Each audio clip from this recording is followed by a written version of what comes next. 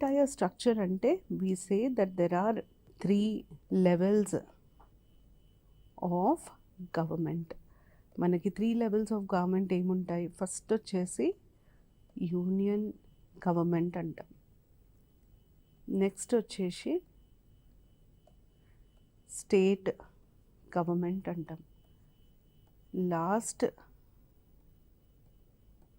మనం అనేది local self government. అయితే మన రాజ్యాంగం ఇంప్లిమెంట్ అయినప్పుడు అంటే కాన్స్టిట్యూషన్ కమెన్స్ అయినప్పుడు ఈ 2 లెవెల్స్ మాత్రమే ఉండే.